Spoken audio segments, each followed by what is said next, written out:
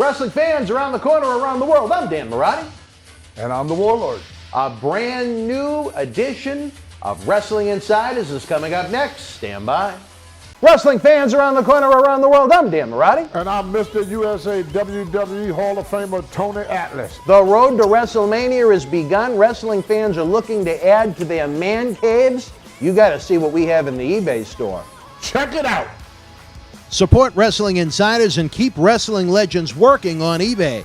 Get this limited edition WWE NXT Johnny Gargano personally autographed 11x14 comic book style poster, a great addition to the collection of any Johnny Wrestling or NXT fan direct from WWE. Also comes with a mystery autographed 8x10 photo and an on-air shout-out from WWE Hall of Famer Mr. USA Tony Atlas on Wrestling Insiders at your house. Get it now.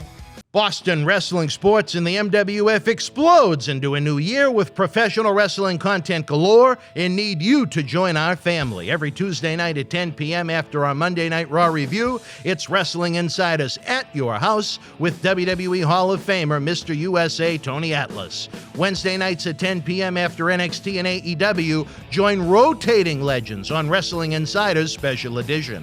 Every Thursday night at 10 p.m. after our NXT and Dynamite review, it's Marty Jannetty's no-holds-barred sex, drugs, and rock and roll journey on Wrestling Insiders Party with Marty. Friday night after SmackDown, don't miss John Cena Sr.'s Wrestling Insiders Fabulous Fridays. Plus, look for classic clips, history videos, bonus live episodes, pay-per-view watch-alongs, and more. For less than a cup of coffee at Starbucks, get early ad-free access to our Wrestling Insider talk shows, our acclaimed studio shoot interview DVD library, and help keep wrestling legends working during the worst of times. Join our growing family at patreon.com/Boston Wrestling. Expect the unexpected in 2021.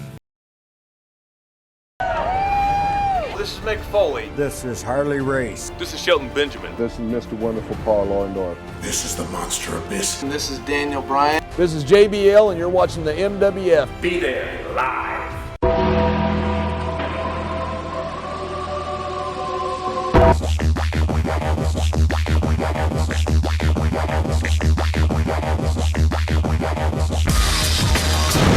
All right, wrestling fans, welcome to another special edition of Wrestling Insiders. The brand new guests keep growing and growing.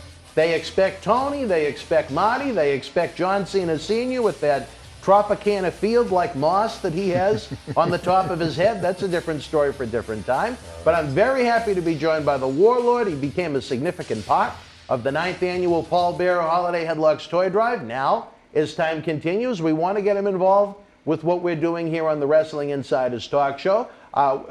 He joined WWF at a perfect time in 1988, where we're kind of along the same timeline chronologically with Marty, but we're going to get there eventually. A lot of fans had a couple of questions about some of the greats that have passed not too long ago, and maybe you might be able to provide some interesting insight. As we're taping this less than a week ago, we lost the Hall of Famer Pat Patterson, a man that was instrumental in the great success of the WWF/WWE. Your memories, experiences, observations of the Hall of Famer Pat Patterson? Pat was just a great booker. He knew how to run that company, how to book matches, everything else. He knew how to make sense of guys he put together in the ring and that stuff. My biggest thing of actually meeting Pat Patterson for the first time was Barb got a call from, I believe it was Grizzly Smith at the time? Jake Roberts' dad? Yes, Jake Roberts' dad. And he called us in Charlotte, where we were at the NWA at the time. And he told Barb that they would like to meet with us the next morning, because we were off the next morning. And Barb gave me a call at home. He said, this way Barb talks, Teddy, WWF would like to talk to us. Okay, Barb, we fly tomorrow morning. Okay, Barb, right? So we go to the airport in Charlotte. There's a ticket waiting for us. Fly up to Atlanta, get up there, and there's a limo waiting. Wow, so we jump in a limo. They take us to this nice hotel by the airport, give us a key. We go to the room, put the key in, open the door. There's sitting Pat Patterson, Hulk Hogan, and Vince McMahon. Wow, the Hulkster was there too. Yeah, Hulkster was there too. I mean, cool. It was just, that's the first time I ever met Pat. And it was a great talk. And And afterwards, they gave their spiel. They said, you know, what do you guys think? And Barb said, well, when do you want us to start? I was like, Barb, what do you mean? We're still in NWA. We got all these scaffold matches coming with the Road Warriors. And they said, Monday. This is a Friday. I'm like, Monday? Barb goes, we be there. Okay, Barb, I guess we're going to be there, man. If that's what you want, that's where we go, you know. That was my first experience with Pat Patterson. And Pat was just a sweetheart the whole time when I was there. He was always so nice to my wife at that time. Just very, very polite man. Very polite. Do you remember what they pitched to you at that meeting as far as what they would like to do with you when you came Yes. in, or Yeah, contract they, length or anything like that? They actually, I forget the team that was working, was it Strikeforce at the time? Worked Yes, with WWF. Tito and Martel. They actually want us to come in. I guess something happened with Strikeforce, and they want us to come in and take over the program and start working with Demolition right away. And they said, we want you to start Monday, and boom, we were there Monday. We were there Monday, right early. Can you think of any particular big matches, big events, big instances where Pat kind of helped navigate the seas for you? You know, I can't really think of that. Just Pat was he was just instrumental in everything with WWF at that time. You know, like I say, he was just a great booker, and he knew the business. He understood the business. He knew the logic, and he knew what would make sense. Do you feel that just about as you were getting ready to leave the company in 1992, as the scandals broke, do you feel he got a bad rap with all the BS that came out? Superstar Billy Graham, a decade or so later, admitted that he lied. But there are fans that go online now and believe those lies to be truths about the man. I mean, there were issues with Terry Garvin and Mel Phillips. That's a different story for a different time. Yeah. But for Pat Patterson, what he was accused of, I think if that was the case, I think at this point, 30 years later, there'd be hundreds and hundreds of accusations towards the man. I think he got a really, really bad rap. As someone that was there at the time, your thoughts on that? You know, as I said, you know, Pat was always a straightforward person to me. Always very, very nice, very polite. Would always talk to me. If I had some questions, he'd always be right there to answer and that stuff. You know, I have nothing bad to say about Pat. I like Pat a lot. I really did. I think most people do. Yeah. It's just a few people with an axe to grind that were no longer with the company really went out of their way to destroy the man's reputation. You're always going to find people that are always going to have a beef with something. Yeah. Always. You know, I never had a beef with Pat. I pretty much didn't. Yeah, Pat was just great. Good person. Good person. My limited interactions with him, funny guy. Yeah. And he liked to sing My Way. Yes, yes, he did. Did you ever hear him sing My Way? Yes. Yes. Yes. He actually could sing good. Yeah, he had a good voice. Yes, he did. Yes, he did. Yes. Like I say, I enjoyed Pat.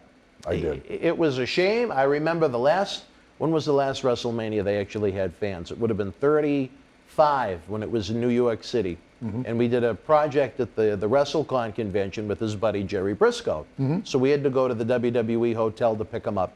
And I remember him saying then that, you know, Pat couldn't leave his room, he wasn't feeling well, and that would have been April of 19. So, right.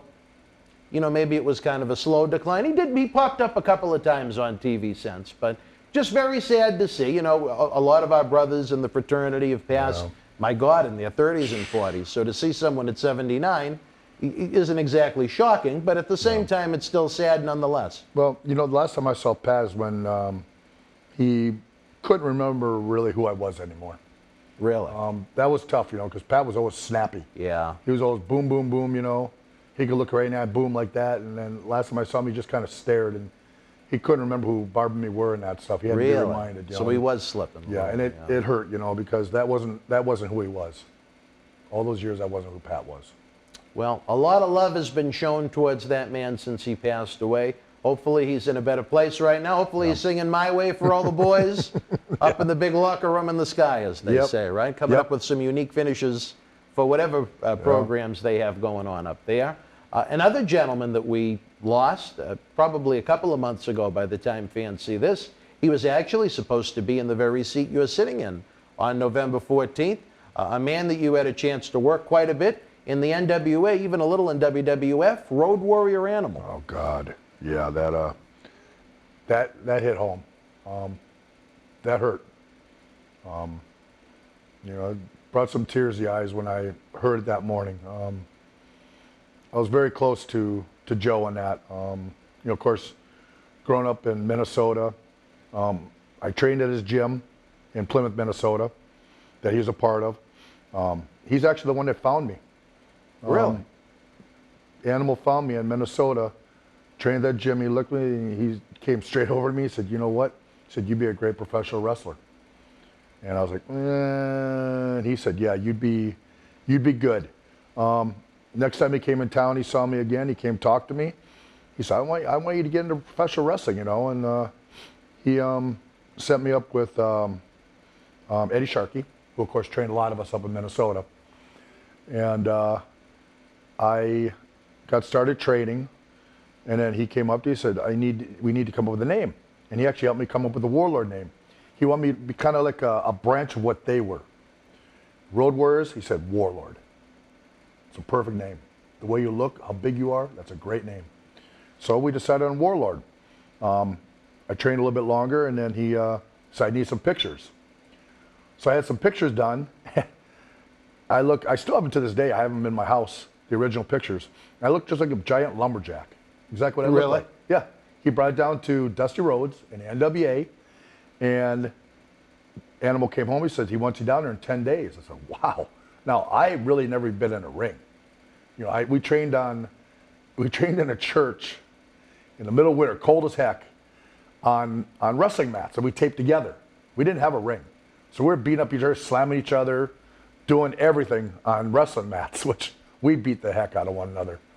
And I went down to NWA, and I got my first job through Dusty down there, of course, because of Animal. You know, and Animal and me just always have been close. Joe was like a dad to me in the business. Really? When I had questions, I talked to him. When Barb and me, he actually helped us come up with the Powers of Pain also. Oh, really? That was through, of course, me. I did a move where I put him over my back, walked around, and give him a big back gimmick. And for maybe it's just our size, our power, our strength, my shoulder blade came and hit him in the eye socket. And that's when it pushed his eye socket back and broke his eye socket. Which actually, in the long run, it worked perfect for that bench press contest. It did? Yeah, Did it not? Yeah, because they could show us surgery afterwards. They could show everything, you know. So it was actually worked out good for it, which I would never want to ever hurt Joe, you know. But it actually worked out good for that. And we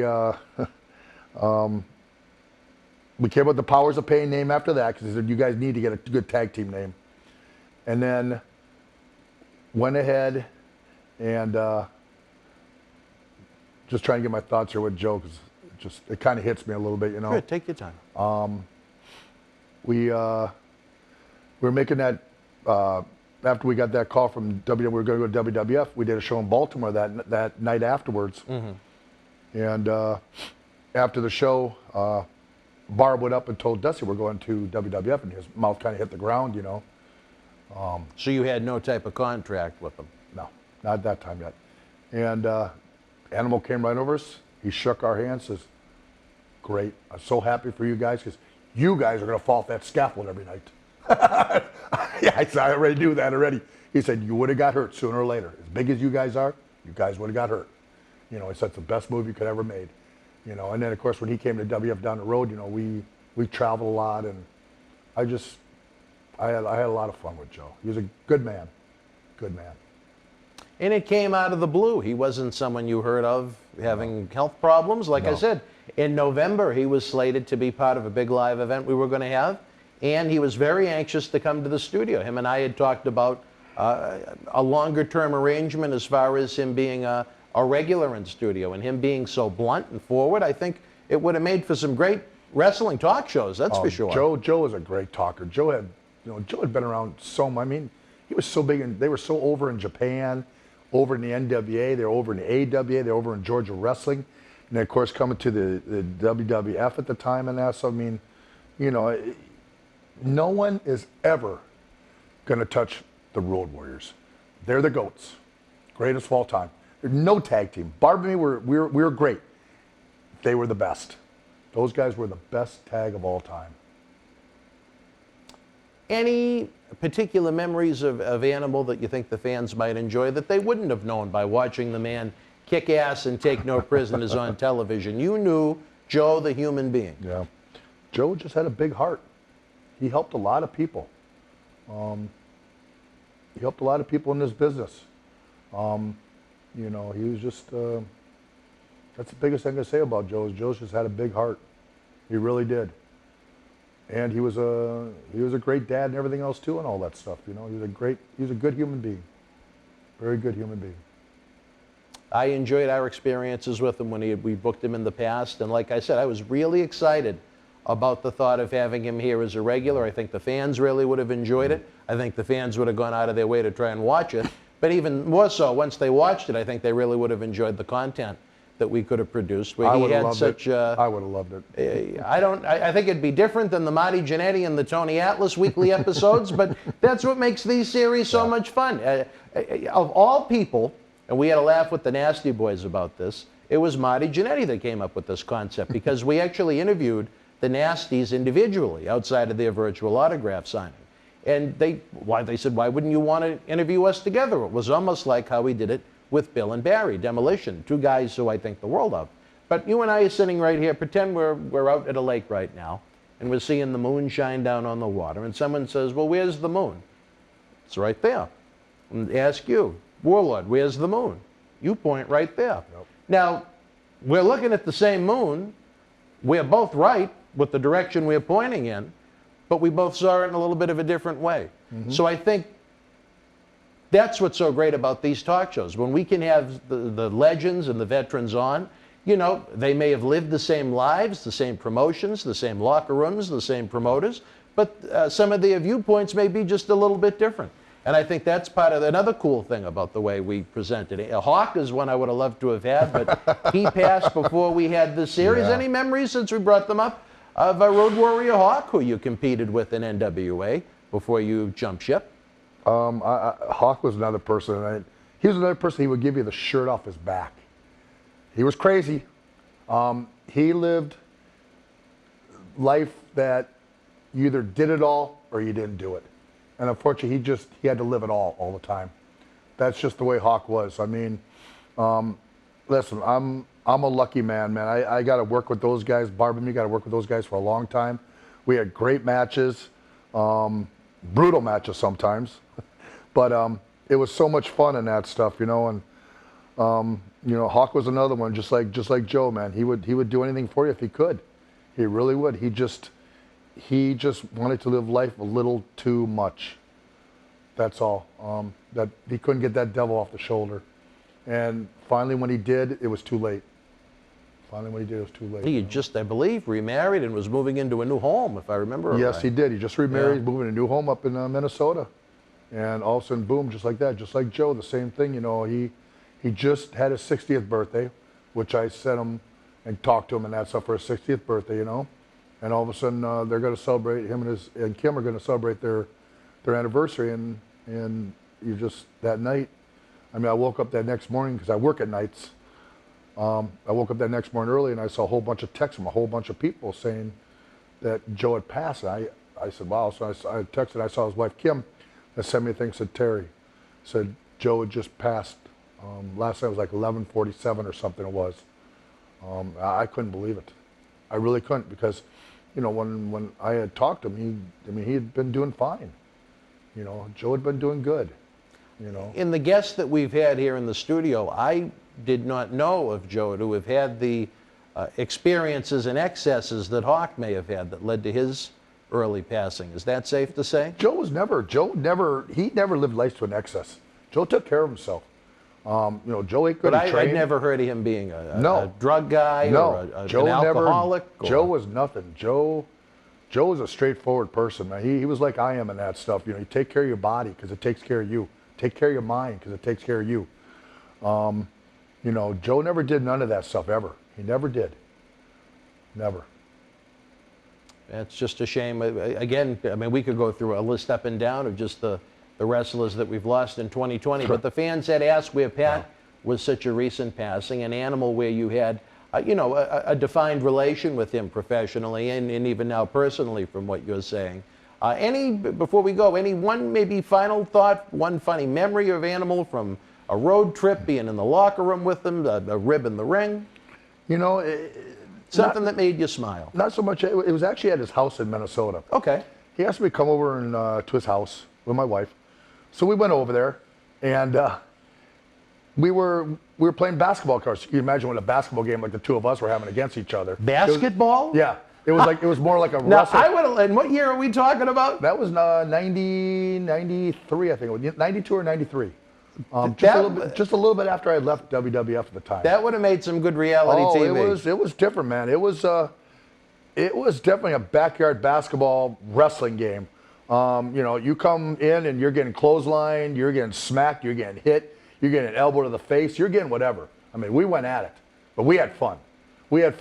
So we go to the pool, and if you know his son James, who became, of course, a starting linebacker for the St. Louis Rams, which he played 10 years. Now he's a commentator for Fox. I listened to him. Is he really? Yes, I didn't know that. Yes, I James had no idea. Laurinaitis. James Laurinaitis. Oh, I'm very familiar with the football career, but I had no idea he got into the broadcast side. Good for him. I was listening to the radio one time of a game, and they said, and we're going to James Laurinaitis down by the field. So I text Joe, I said, Joe, I didn't know James got into that. He said, yeah, man, he just started. And I heard it the other day when one of the football games, we're going down to James Laurinaitis. So yeah, he's doing behind the scenes. He's doing down there now. He's still got to be a relatively young guy, maybe early 30s. Yeah, James is a young guy. He put his time in the NFL for sure, but he's still a young guy. Yeah, James he pretty much retired because he had some shoulder injuries, other things, and he said, I just can't play at the level I need to play anymore for this game. And, he didn't want to come out where he was going to be the rest of his life, crippled or anything else, and, he's got his pension, he's got all, now he's doing the commentator. He's a great commentator, but to finish the story, we went by the pool, and James had just gotten, this was just a little guy, and when I see James, I always tell him about that, and he goes out, first thing he pulls his pants out, he starts peeing on the bush. And Joe goes, James, what are you doing? God damn it, that's why all the goddamn plants are on their goddamn diets. You're pissing on them all the time, So I think, wow, man, you got Big Joe and that stuff, little James and that stuff, I mean, it was just, it's just a neat memory of a dad and a son like that, It really is. They're just a lot of good stuff with Joe. There really was. A lot of great stuff with him. And hopefully as this series goes on, you'll have a chance to tell more Road Warrior Legion of Doom experiences. Again, the fans, we're just looking for a couple of quick anecdotes where it's fresh. And, even though these fans, they don't personally know these wrestlers, where they become so attached to the different promotions and the weekly TV shows, they almost feel like an extended member of the family, Yeah, you're right. At least you thought I was about getting the mesmerized response. by the camera. Oh, okay, all right. No, you're right in that stuff, I mean, it's great. They feel like friends or uncles and things like that. And when they pass, a lot of the fans, they really take it deep. Yeah. I mean, like I say, with Joe, it hit me really hard in that. So, I mean, it still hits me. I can be in my gym, and all of a sudden, boom, the thought hits me, and I just stop and I get a tear out of my eye, because it hurts. And, I just say, Joe, thank you for everything you always did. And, I hope you're doing great up there. And that's why I know you and Hawk are together again. Greatest tag of all time up there now. You guys probably have the belts up there too and that stuff, I mean, they're both together now up there, and I know that Joe and I know Hawk, I know they're looking down there and saying, just take care of yourself and take care of your health, man. Take care of that. And what more? It's the most important thing on this earth. That's right. Most important. All right, wrestling fans, these are the types of stories we love to share here on Wrestling Insiders. Will we go deeper in depth? That remains to be seen. Again, this man had a great career, a long career. There's a lot to break down once we get into our in-depth Wrestling Insider episodes. But because you were so kind to ask, we wanted to try and put together a special edition of the program. If you have your memories of the late, great Pat Patterson, if you have your memories of Hawk and Animal, the Legion of Doom, share them. If you're watching the premiere of this video when we have the live chat on the right-hand side of the screen, share your thoughts. If you're not watching it live, in the description box below, what are some of your favorite memories of Patterson? in Hawk and Animal, the Legion of Doom. As always, the Super Chat is open. Don't forget to tip the bartenders so we can keep the lights on. Our Patreon campaign is a great way to keep the Wrestling Legends working. You get early ad-free access to all of our talk shows, as well as our extensive studio shoot interview DVD library. And for less than a cup of coffee down the street at Starbucks, you're going to help these guys that right now, many of whom are out of work, keep working. That's very important to me. So my friend the Warlord, I'm Dan Marty. Until we see you next time, folks, you and yours, be well, stay healthy. Good night. The World Wrestling Federation was sold out at the Baltimore Civic Center in Baltimore, Maryland, Saturday, March the 3rd, 1984. In the opening contest, the Tonga Kid battled Butcher Vachon to a time-limit draw. B. Brian Blair beat Israel Mattia. Rowdy, Roddy Piper, and Dr. D. David Schultz with the win over Eddie Gilbert and Tony Gurria. WWF Intercontinental Champion Tito Santana retained the title over Rene Goulet, replacing Bob Bradley. WWF Tag Team Champions Mr. USA Tony Atlas and Rocky Johnson retained the titles over the Wild Samoans via disqualification. In the main event, WWF World Champion Hulk Hogan retained the title over Mr. Wonderful Paul Orndorff via countout. Andre the Giant defeated Magnificent Don Morocco, and Superfly Jimmy Snuka victorious over Mr. Fuji. If you were in Baltimore live, share your memories in the comments section below. Use the links in the description box to keep Wrestling Legends working in our eBay store and on our acclaimed Patreon streaming service so we can bring you more interactive superstar shoot interviews to relive the good old days of professional wrestling. Check it out. Boston Wrestling Sports in the MWF explodes into a new year with professional wrestling content galore and need you to join our family. Every Tuesday night at 10 p.m. after our Monday Night Raw review, it's Wrestling Insiders at your house with WWE Hall of Famer Mr. USA Tony Atlas. Wednesday nights at 10 p.m. after NXT and AEW, join rotating legends on Wrestling Insiders Special Edition.